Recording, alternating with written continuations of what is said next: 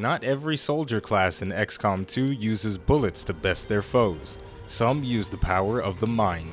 The War of the Chosen expansion pack added 3 new soldier classes, the Reaper, Templar, and Skirmisher. While the Reaper and Skirmisher have more realistic concepts, the Templar is something completely foreign and out of this world. Today we're going to talk about some of the nuances of the Templar and how they drastically shift the flow of XCOM 2's combat. XCOM 2's classes are divided into separate branches designed to fill specific roles. The ability point system allows you to select skills from multiple branches, but there are still designated branches you can go down that have synergy. The Templar has 3 branches, Psyblade, Dynamo, and Sage. Psyblade has aggressive abilities that enhance your primary melee attacks and make them safer to use. The Dynamo and Sage branches provide different types of utility for you and your squad. Before we dive into the specifics, the Templar has a unique resource called Focus that's generated after killing an enemy with Rend, your primary melee attack. Focus increases your dodge, mobility, and damage output, and you can store up to 2 Focus or 3 if you select the ability Deep Focus. Finally, after rending a target, you trigger Momentum, which grants you an additional movement action. You do not have to kill a target in order to trigger Momentum, you just need to use Rend. Now, let's get started. In my opinion, the Templar is the most difficult soldier to manipulate because it has mechanics that feel more like something from a MOBA than a turn-based strategy game. The Psyblade abilities are the simplest and most familiar feeling in the bunch, and they make the Templar feel like an assault ranger that's been to a magic convention. The Psyblade abilities all synergize to make melee strikes as safe and efficient as possible. And since the Templar's primary melee attack, Rend, is guaranteed to hit and always triggers Momentum, you can get by swinging wildly at most targets. Manipulating Momentum is key to keeping your Templar safe. Just because you can move after meleeing doesn't mean there'll always be a safe position nearby. Ask yourself the question, if I move here, will I get flanked next turn? If the answer to that question is yes or maybe, then Parry, Deflect, and Reflect are important considerations. After attacking with Rend, you can activate Parry to prevent all damage from the next attack instead of moving with Momentum. It's a solid option if there aren't any safe places around. Deflect is a passive ability that adds an extra layer of randomness to your gameplay. When you have Focus, there's a chance to deflect incoming shots, completely mitigating damage. Reflect grants you the ability to send incoming attacks back at the attacker while also mitigating the damage, but it is not guaranteed to hit. Now let's walk through an encounter. We're on a mission with 3 soldiers, a Grenadier, Specialist, and of course our Templar. If you've been playing XCOM for a few hours, then you've probably already noticed the importance of the initial ambush, getting the jump on the first group of enemies so you can clear them out without much trouble. That concept is doubly important for the Templar as they start off missions with 0 focus. This means you have to build it up before you start making drastic impacts on the battlefield. This first group is an Advent Purifier, Shield Bearer, and a Spectre. We started off by using Capacitor Discharge from our Specialist, and that eliminated the Advent Purifier, which caused some nice collateral damage on the surrounding enemies. Unfortunately, the Advent Shield Bearer is a heavily armored target, and Rend does not ignore armor. Furthermore, both of the targets are out of range for our melee attacks, so all we can do is change positions and hope we have better luck in the next turn. The Spectre used Vanish and went on Overwatch, and because none of our soldiers have Shadow Step and I don't want to waste my only flashbang on a single enemy, I decided to trigger it manually, and luckily, we didn't get shot. We're going through a lot of trouble to make sure our Templar has Focus for the next encounter, but it'll absolutely be worth it. Now that we've revealed the Spectre, we can slash him in the face, but unfortunately this kill is not guaranteed. Rend initially deals 4 to 5 damage, and the Spectre had 5 health remaining, so there was a chance we wouldn't get the kill. But we got lucky again.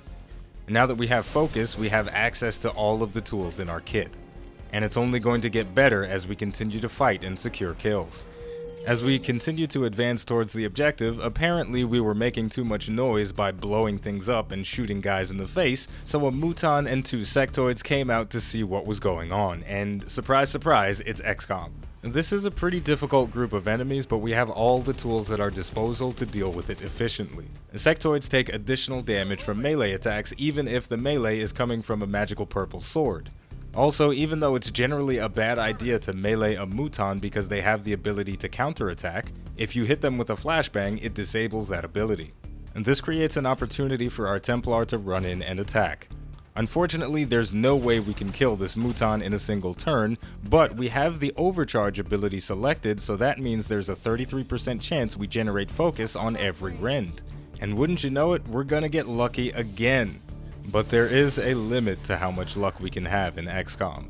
We've activated the final group of enemies on the map, a shield bearer, a stun lancer, and an advent officer. Right now we're dealing with 6 enemies and we only have 3 soldiers, but fortunately one of those soldiers is a Templar, so I'm not worried in the slightest. With 2 focus to spend however I choose, my Templar now has increased mobility and dodge, and its rend and arc wave are dealing additional damage. Long story short, there was definitely a lot of luck involved in winning this battle, especially because we were using 3 soldiers on a mission that could easily require 5 or 6. But it is a good showcase of the Templar's potential. If you concentrate your efforts on building your focus as quickly as possible, your tactical options become ridiculous. After eliminating the shield bearer, this mission became a bloodbath and our Templar hacked and slashed their way to victory. And the best part is they were virtually immune to damage because of momentum and parry.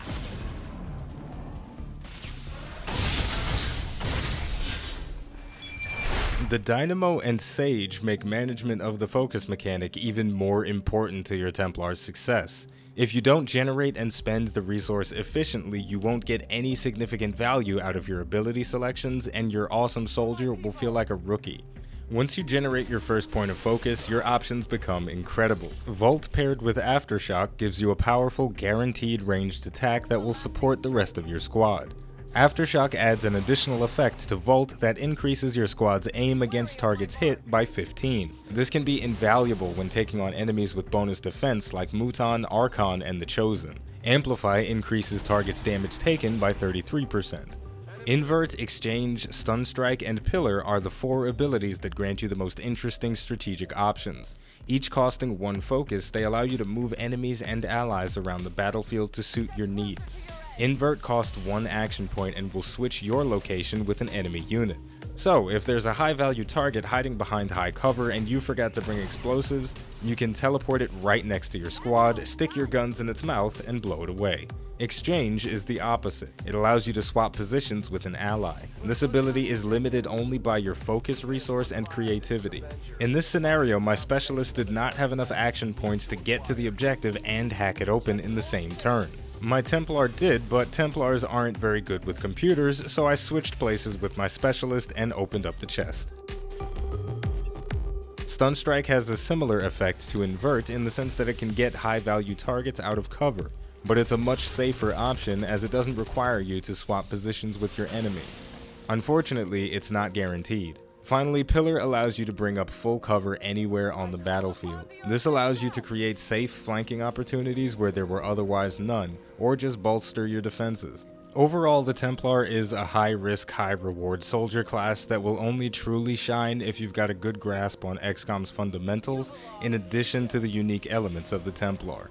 Moving enemies around the battlefield is powerful, but it's risky if you teleport yourself somewhere where you don't have vision, as you might trigger a new pod of enemies. Using your melee attacks carries the same risk, and even with momentum available to get you out of sticky situations, sometimes there won't be any suitable cover nearby.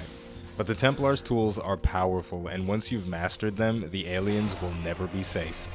With all of that said, the name of the game is XCOM 2 War of the Chosen. The name of the channel is iBluairJgR Gaming for Comedy. And don't forget to like, subscribe, and don't be lazy, leave a comment, because comments are the fuel for the internet.